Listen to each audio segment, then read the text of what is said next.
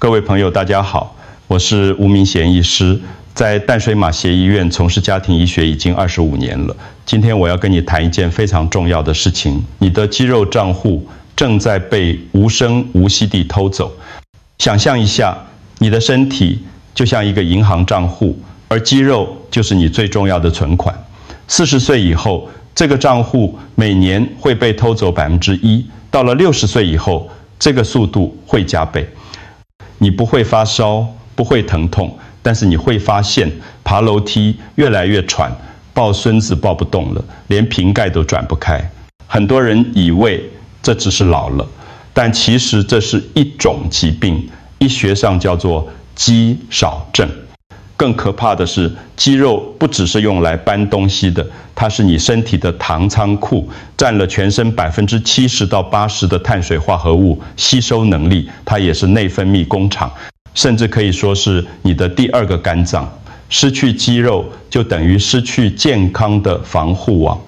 当你的肌肉流失，你的身体会开始出现一连串的骨牌效应，血糖控制变差，代谢率下降，免疫力减弱，骨质也跟着流失。最后一个小小的跌倒，可能就会让你卧床不起。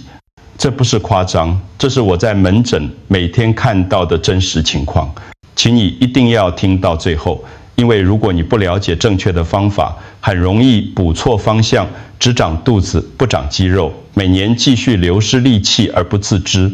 今天我要告诉你的是，只需要3种食物，2个秘钥匙，加上3个在家就能做的运动，你就可以把这条下坡路逆转回来。别忘了订阅我的频道，并且开启小铃铛，这样你就能收到我们最新的健康建议。我想知道你有没有在认真看这支影片？如果你觉得这个内容有帮助，请在留言区打数字1；如果没有，请打数字0。现在让我们开始吧。首先，我要跟你解释清楚，肌肉不只是用来搬重物的，肌肉是一个内分泌器官，也是你身体最大的糖仓库，占了全身70%到80%的碳水化合物吸收能力。当你的肌肉量下降，你的血糖控制就会变差，免疫力也会跟着下降。什么是肌少症？简单来说，就是肌肉的质量和力量都不够了。学上有3个简单的筛检标准：第一，握力变弱；第2，走路速度变慢；第3，肌肉量明显减少。如果你符合其中2项，就要特别小心。握力怎么测？男性如果握力低于28公斤，女性低于18公斤，就算不及格。走路速度呢？如果你走4公尺需要超过5秒钟，那就代表肌肉力量已经不足了。这些都是很简单的自我检测方式。肌少症的后果非常严重，容易跌倒、骨折、住院，甚至失去生活自理能力。在台湾，我们很多长辈住的是公寓，没有电梯，每天要爬好几层楼梯，去传统市场买菜，要提足重重的菜篮，这些都需要肌肉力量。一旦肌肉不够，不只是生活不方便，更会失去独立生活的能力。我想告诉你一个关键观念：肌肉量等于你的生理年龄。保住肌肉就是保住你的独立生活能力，也就是保住你的健康寿命。这不是危言耸听，而是我在临床上看过太多真实的案例。现在你明白了吗？肌肉不只是外表，它是你生活品质的根本。现在让我告诉你，为什么肌肉会流失得这么快？有3个小偷在偷走你的肌肉。第一个小偷，荷尔蒙下降。想象你的身体是一台机器，生长激素和异固酮就像增压器。年轻的时候，这个增压器很强，可以帮助你快速长肌肉。但是随着年纪增长，这个增压器越来越弱，没有足够的荷尔蒙，你吃再多蛋白质，肌肉也长不回来。男性从30岁开始，异固酮每年下降1%到2%，女性停经后，生长激素更是大幅度下滑。这就是为什么很多人到了50、60岁，明明吃的不少，肌肉却越来越少。第2个小偷，慢性发炎，这是一个暗火，在你身体里面悄悄的烧，你可能没有感觉，但是这个暗火会慢慢的把你的肌肉烧掉。什么会引起慢性发炎？压力、睡眠不足、吃太多加工食品、运动不够，这些都会让你的身体处在一种低度发炎的状态，肌肉就在这种状态下一点一点的消失。慢性发炎会释放一种叫做细胞激素的物质，它会破坏肌肉纤维，同时阻止新的肌肉生长。这就像一边拆房子，一边不让你盖新房子。第三个小偷，合成阻抗，这是最狡猾的一个。想象你的肌肉是一家银行，蛋白质是你要存进去的钱。年轻的时候，银行的柜台随时开着，你存多少，它就收多少。但是年纪大了以后，这各柜台变得懒惰，不喜欢开门了。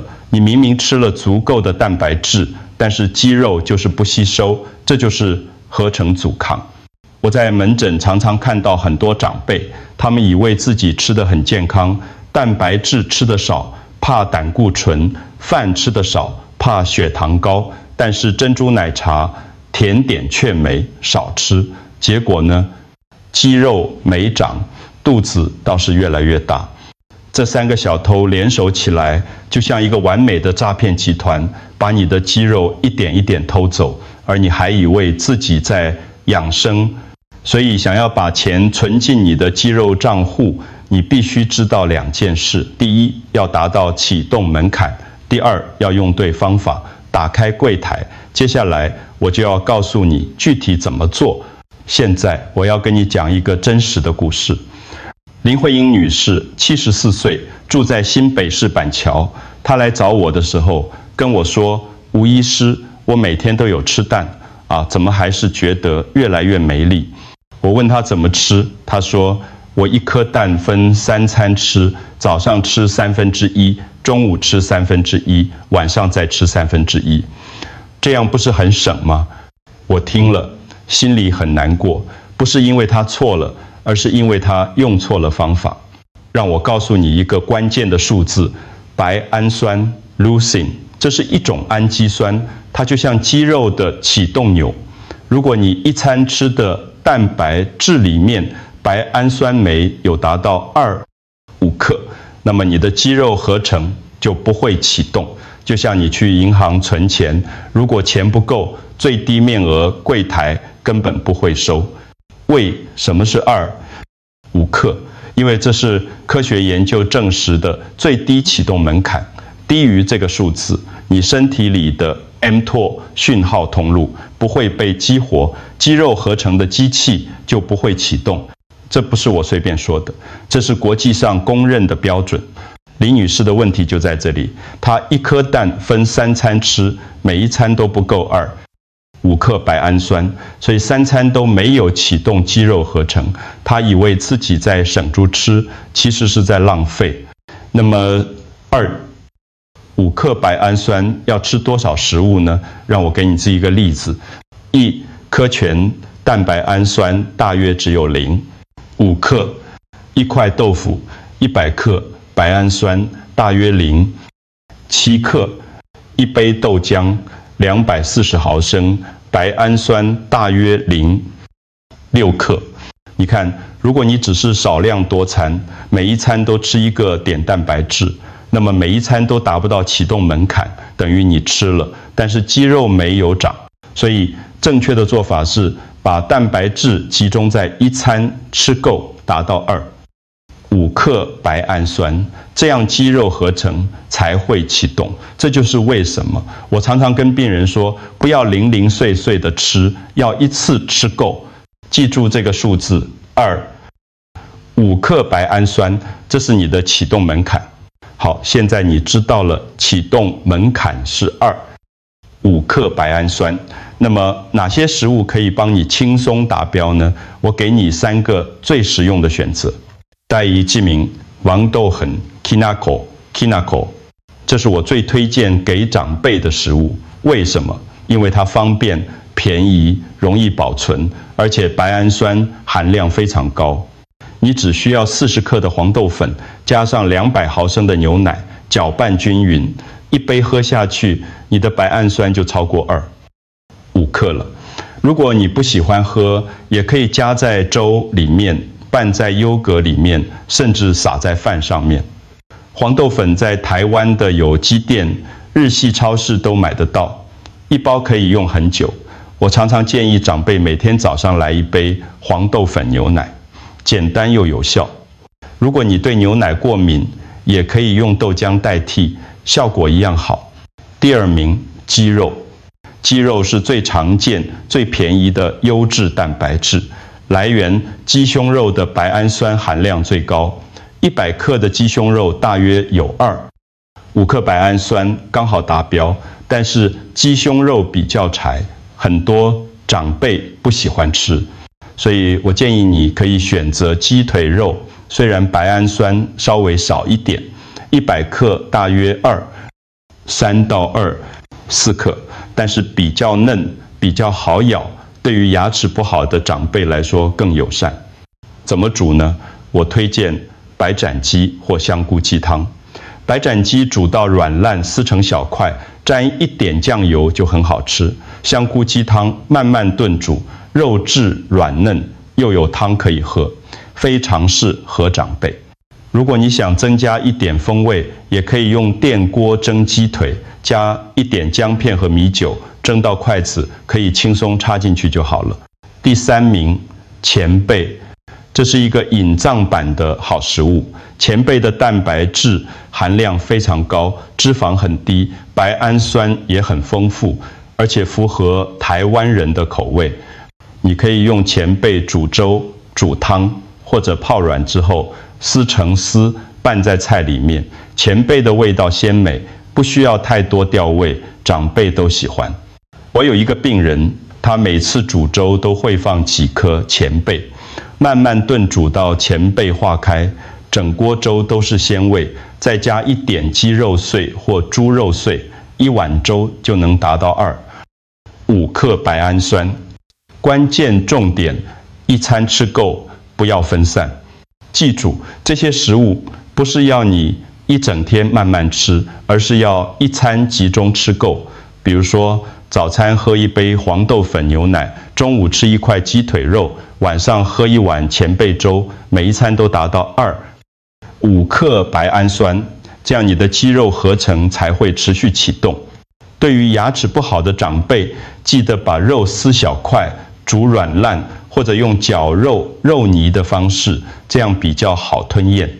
现在你知道了白氨酸是启动钮，但是光有白氨酸还不够。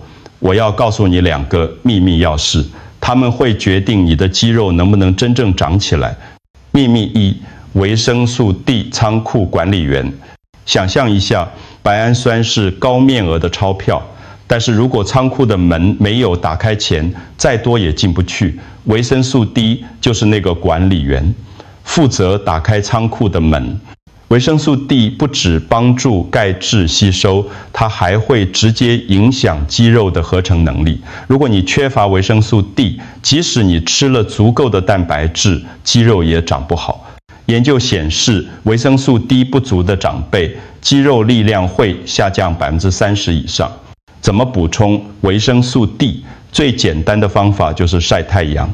建议你在早上10点以前，或者下午3点以后，晒20到30分钟的太阳，手臂和小腿不要擦防晒乳。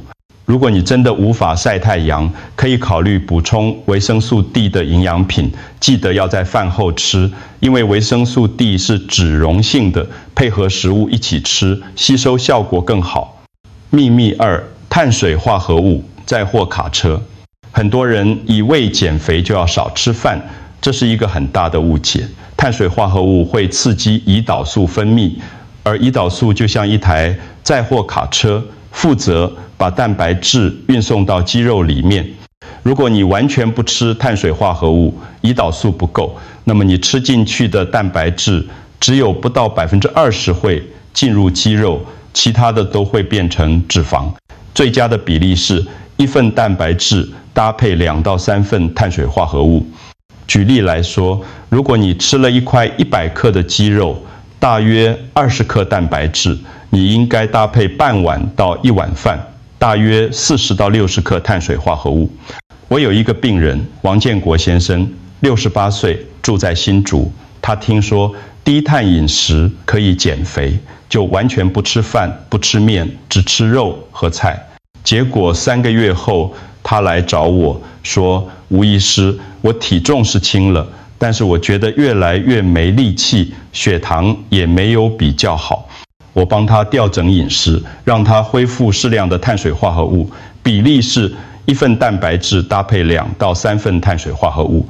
结果1个月后，他的力气明显恢复了，血糖也稳定下来。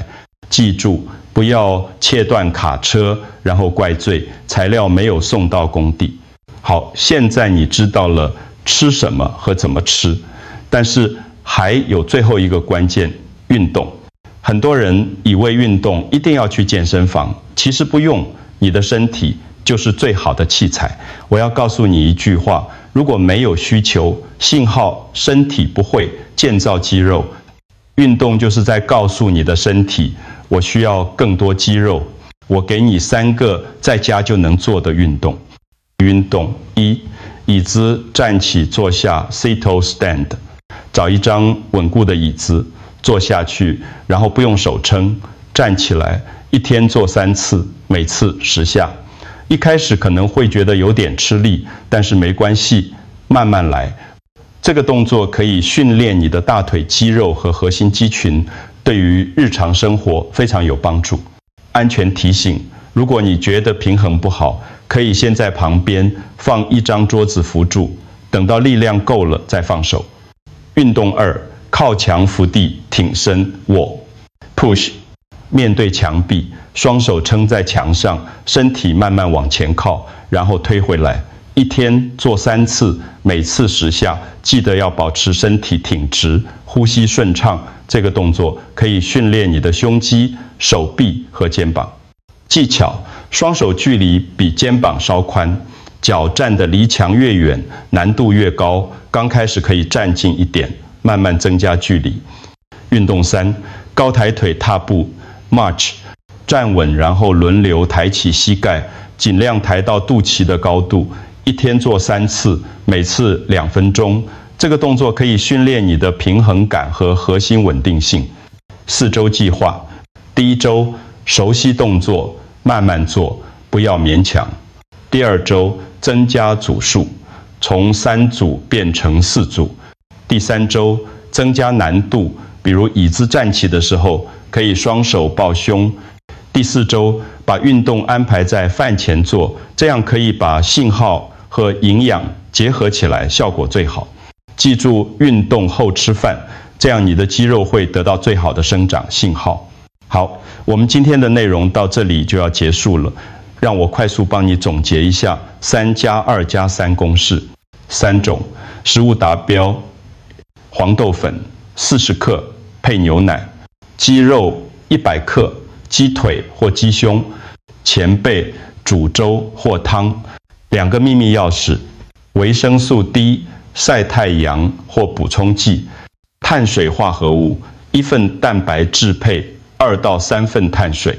3个居家运动：椅子站起坐下，每天3次乘10下；靠墙伏地挺身，每天3次乘10下；高抬腿踏步，每天3次乘2分钟。我是吴明贤医师，在淡水马偕医院服务了25年。我想告诉你一句话：肌肉是你未来独立生活的本钱，不要等到跌倒了才开始后悔，现在就开始行动，不要拖延。每一天的延迟，你的肌肉就多流失一点，但是只要你开始做，永远不会太晚。